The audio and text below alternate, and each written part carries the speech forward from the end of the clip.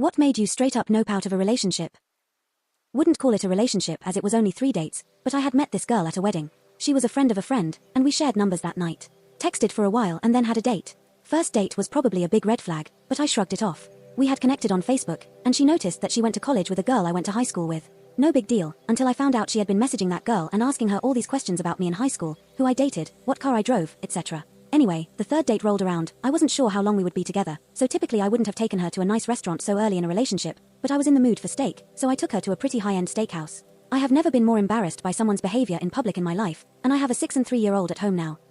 She sent 3 martinis back because they weren't made correctly, while being extremely insulting and rude about it. She ordered a steak medium and then got pissed because she insisted she ordered it medium rare.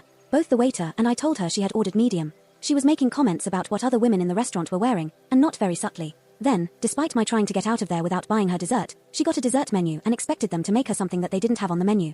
They had cheesecake, and she wanted chocolate cheesecake. Another outburst at the staff. On the way out the door, she made a point to stop and complain to someone loud enough that other customers could hear. When we got into my car, I was so embarrassed that I pretended I had left my credit card on the table so I could go back in. I gave the waiter an extra $20 and apologized, telling him I was dumping her as soon as I got to her place. He laughed and told me he wished he could see it. I didn't give her a chance to say much. She called me a loser and stormed off. Haven't seen or heard from her since.